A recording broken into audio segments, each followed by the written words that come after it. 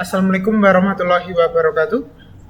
Kami di sini adalah kelompok pelayanan registrasi Puskesmas mau menjelaskan algoritma tentang pelayanan nomor antrian registrasi di Puskesmas. Saya Muhammad Galin, saya akan menjelaskan pada slide berikut ini.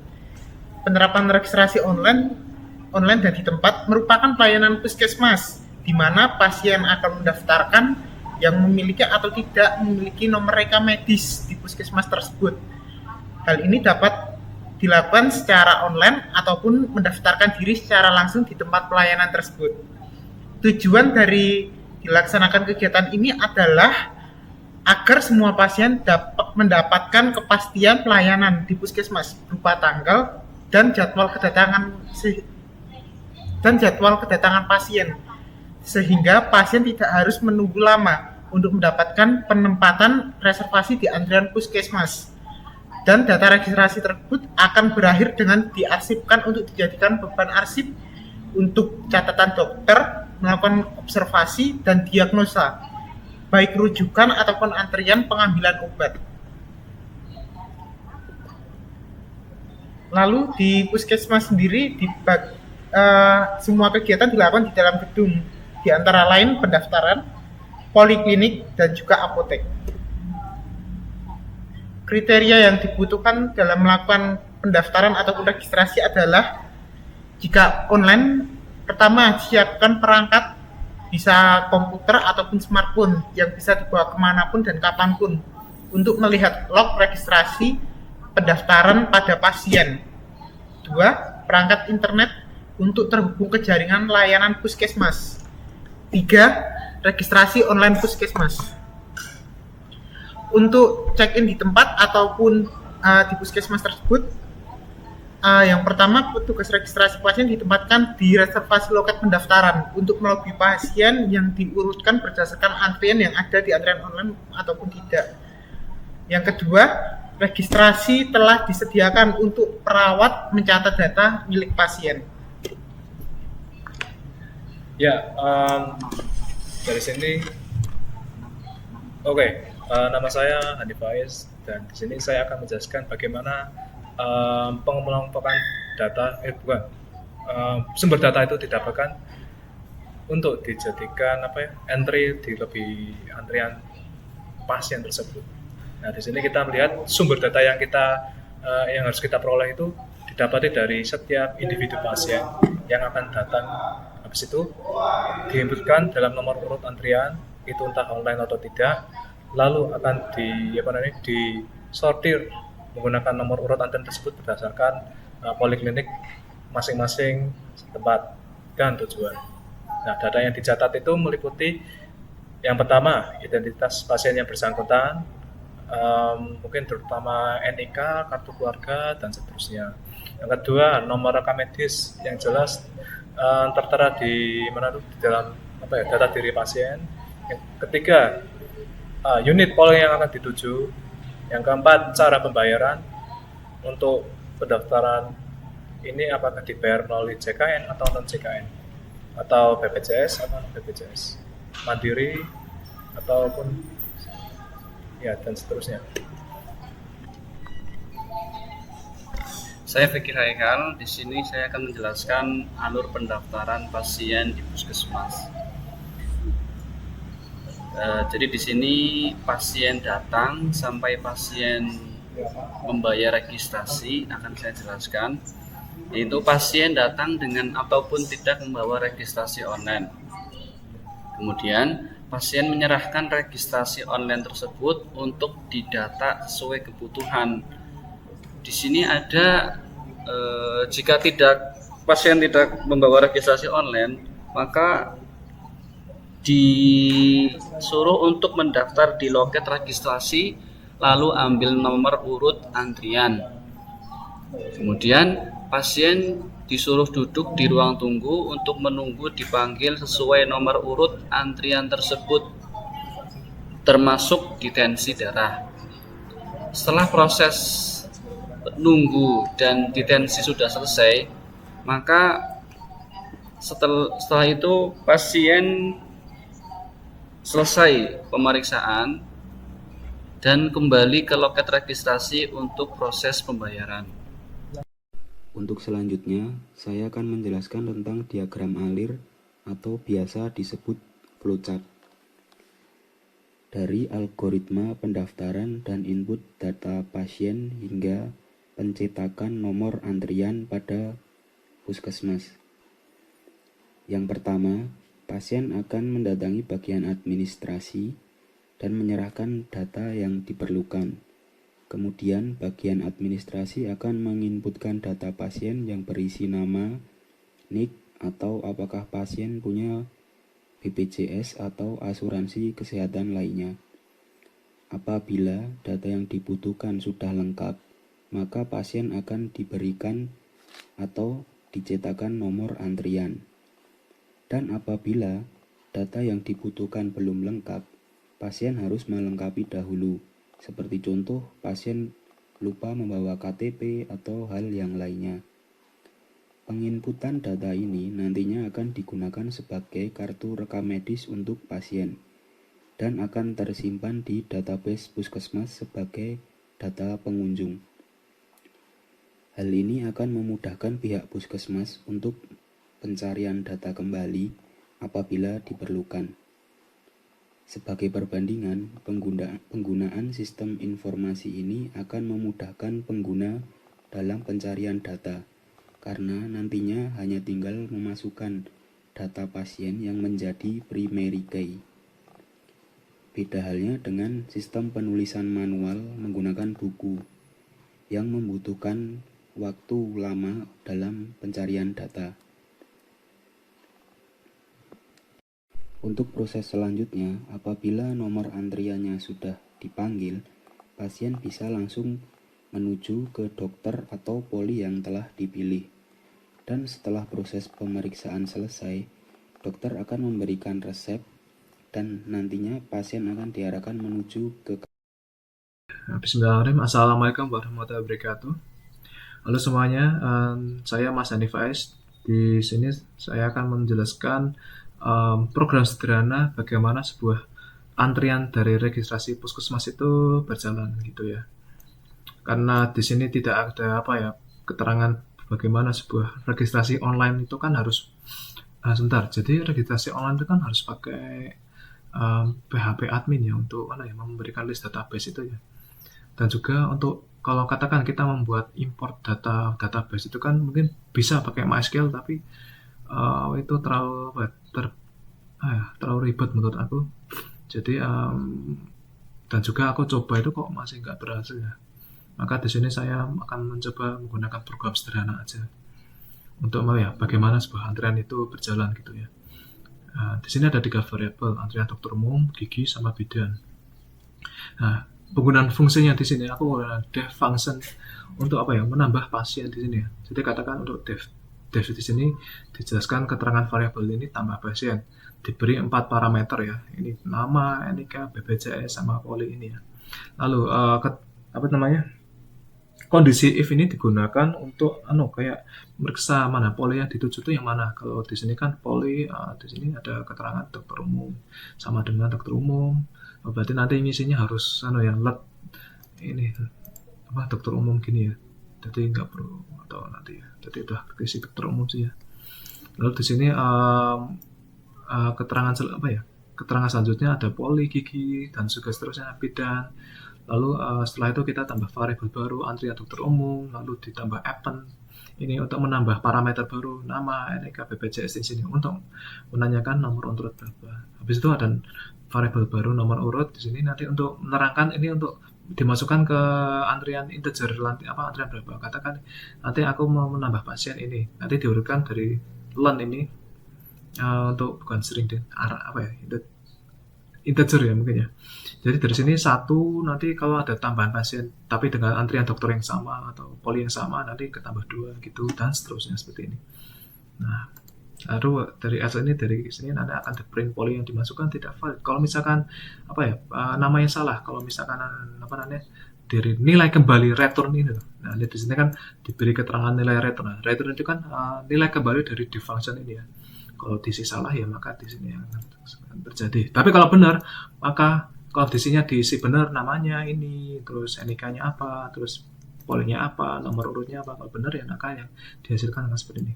Poin dari poin return seperti ini ya, def function untuk return tersebut.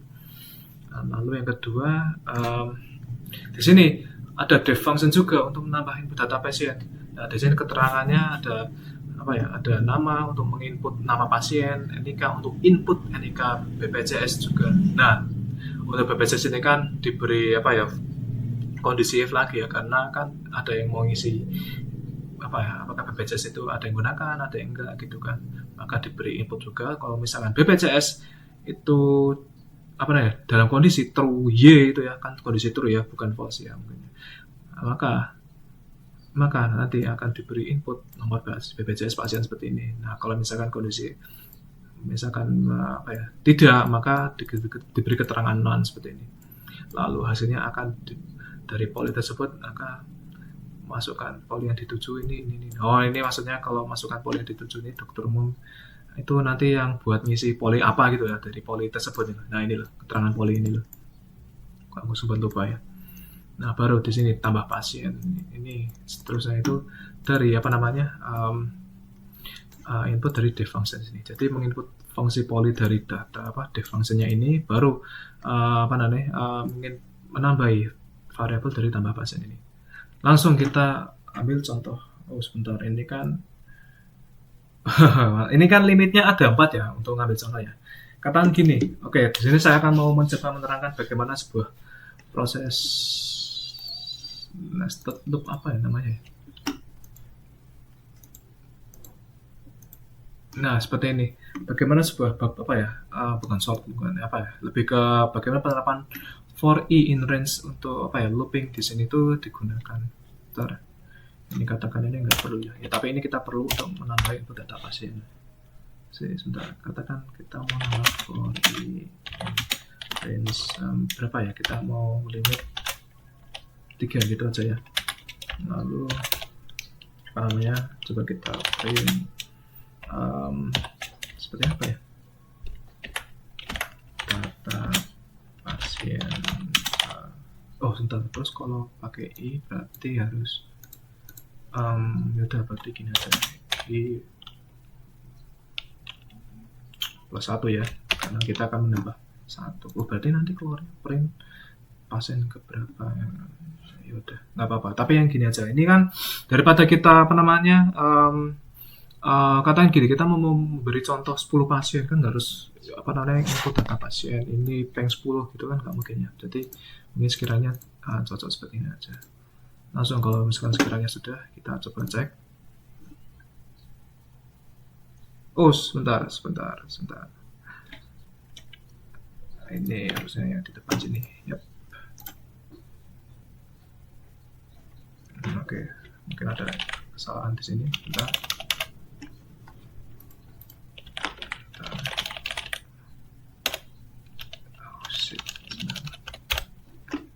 Udah bener ya? Coba aku ulangi sekali lagi. Nah, jadi ini kan udah keluar ya data pasien seperti apa. Maka coba kita kasih keterangan, masukkan nama pasien baru. Katakan si Mas Gunawan ya. Di sini kita akan memberi nama NIK mungkin Sasai dulu ya, 8188. Apakah memiliki nomor BPJS? Katakan ini kan di sini kan kita deklarasikan Y gitu ya. Kalau misalkan Y berarti nanti harus input nomor BPJS gitu kan. Sebentar, salah memberikan keterangan di sini ya. Katakan Y. Nah, maka kita harus, kalau sudah pernyataannya true, maka kita harus ngisi apa terserah gitu kan. Masukkan yang boleh itu. Nah, ini kan harus sama ya tulisannya ya. Karena di situ saya dokter umum, maka di sini harus tulisannya dokter umum juga berarti. Katakan di sini dokter umum. Nah, capitalnya juga harus sama ya. Nah, akhirnya kan udah masuk kan datanya, nomor urutannya gini. Lalu langkah kedua, data pasien kedua. Data pasien kedua itu katakan gini, aku punya pasien sama mungkin Gunadi. Nomor pasien NIK pasiennya terserah 0 berapa. Itu apakah pasien memiliki nomor BPJS Y atau tidak, katakan N ya. Nanti di sini penjelasannya akan non gitu.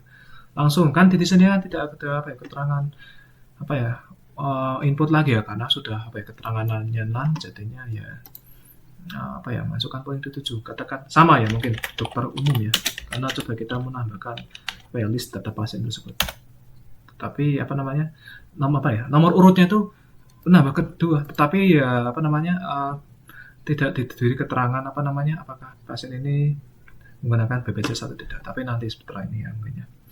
Masukkan nama pasien apa ya, guna ya, itu nama NIK-nya terserah, masuk apa pasien memiliki BPJS atau tidak, katakan ya mungkin nama BPJS-nya sama ya, poliknya yang dituju mungkin sama atau beda, tapi ini tidak aja kita masukin ke gigi. Oh iya, giginya harus gede. Agak repot juga. Tetapi mungkin keterangannya di sini ya. Contohnya gini, di sini antrian dokter umum ini, antrian pertama yang dimasukkan adalah Gunawan dengan NIK ini dengan nomor BPJS ini. Dengan Gunadi, NIK apa BPJS? Intinya yang non ini yang BPJS. Oh, mungkin ini yang BPJS ya. Ya ini. Mohon maaf, ini baru yang aku maksud bagaimana caranya. Oke, sebentar. Kenapa harus nama pasiennya? Data pasiennya. Coba kalau misalkan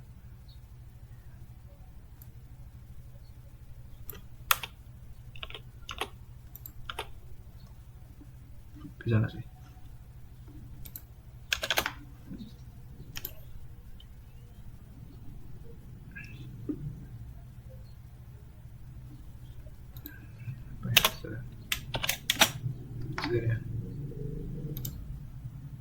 Ya mungkin bisa apa namanya, tanpa perlu dikosongin, jadi kan tidak perlu apa ya, nambah variabel untuk diinputkan di perinya tersebut, jadi langsung ke input data pasien sini, nanti kita langsung akan memasukkan nama pasiennya apa, seperti itu ya. Mungkin apa ya, contoh klasiknya seperti itu ya, bagaimana sebuah antrian itu ditampilkan ke data. Oke, coba kalau ini kan tadi 3 ya,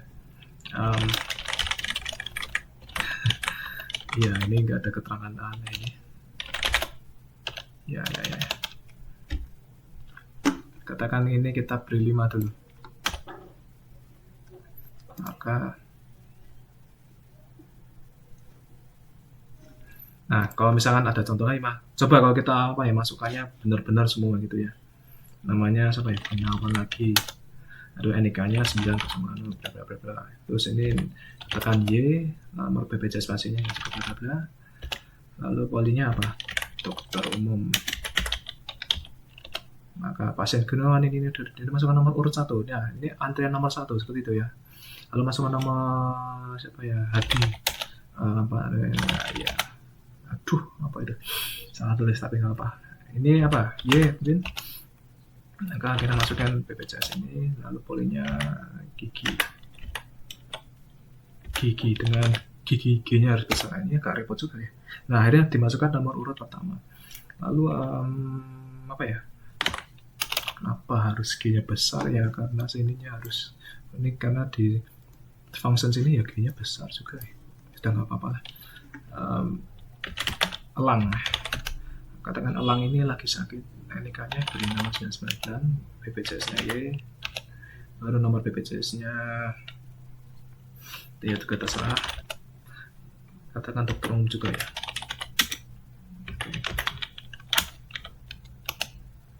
Nomor urut 2, lalu dan seterusnya, tapi ntar kita akan coba namakan sini case 9 N.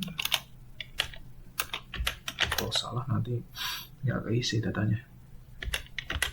Dan nomor urut 1. Nah sekarang wah itu ya, Polpot mungkin ya, Polpot, masukkan ini ke pasien ya, sedang sudah Y, nomor BPJS pasien, dokter umum ya. Akhirnya kan kalau benar semua tanpa salah ngisi itu, akhirnya kan apanya sudah tertampil dan namanya ya. Ya mungkin cukup sekian dari apa ya, program sederhana apa ya, nomor antrian, karena ini bukan apa ya, harus menjelaskan ini antrian cepat siapa, nanti kan harus dibuat apa ya, PHP basic buat login simulasi ya, sama apa ya, nanti buat login simulasi sama pembuatan database itu ya nanti yang diinputkan untuk rekam medis ya.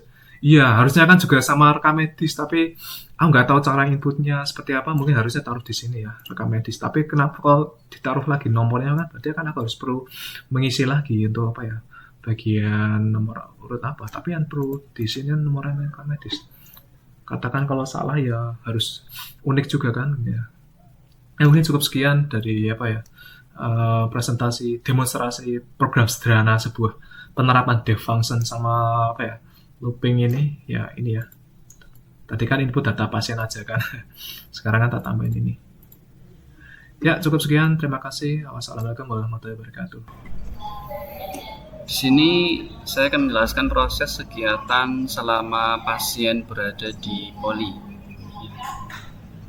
Yang pertama, pasien yang belum ataupun tidak memiliki rekam medis di puskesmas terkait segera mendaftar sesuai pendaftaran yang ada di laman registrasi online tersebut. Kemudian jika tidak, maka dapat segera melakukan pendaftaran diri ke loket registrasi untuk konfirmasi data terhadap pelayanan puskesmas. Kemudian yang kedua, pasien yang sudah melakukan registrasi dan sudah divalidasi maka mendapat nomor urut antrian sesuai dengan lobi poli masing-masing. Kemudian setelah itu pasien diharapkan menunggu antrian sesuai nomor panggilan antrian di masing-masing klinik yang sudah ditetapkan. Kemudian yang selanjutnya, setelah hasil pemeriksaan poli sudah selesai, pasien harus menyertakan nota pemeriksaan untuk diserahkan ke loket pembayaran guna diproses pembayaran sebelum pengambilan obat. Kemudian hasil yang diharapkan dari semua kegiatan ini adalah yang pertama, pasien mendapat data registrasi dan rekam medis sesuai tujuan periksa. Kemudian pasien dapat melakukan registrasi secara mudah dan transparan agar mudah dalam pelayanan antrian poli tertentu. Kemudian yang terakhir, data pasien bisa tercatat dengan benar untuk melakukan proses pembayaran. Sekian presentasi dari kelompok kami. Kurang lebihnya saya mohon maaf dan terima kasih untuk Muhammad Galin atas openingnya, Wahyu Enggar untuk flowchartnya, Mas Fikri Haikal untuk penyampaian programnya. Penyampaian proses akan bagaimana sebuah apotek itu harus berjalan. Dan sedangkan untuk saya sendiri, Hanif Faiz, untuk ya mungkin masih ada kekurangan dalam bahasa pemrogramannya, tetapi masih bisa bisa diorientasikan. Maka kurang lebihnya mohon maaf dan terima kasih. Kami tutup video hari ini dan assalamualaikum warahmatullahi wabarakatuh.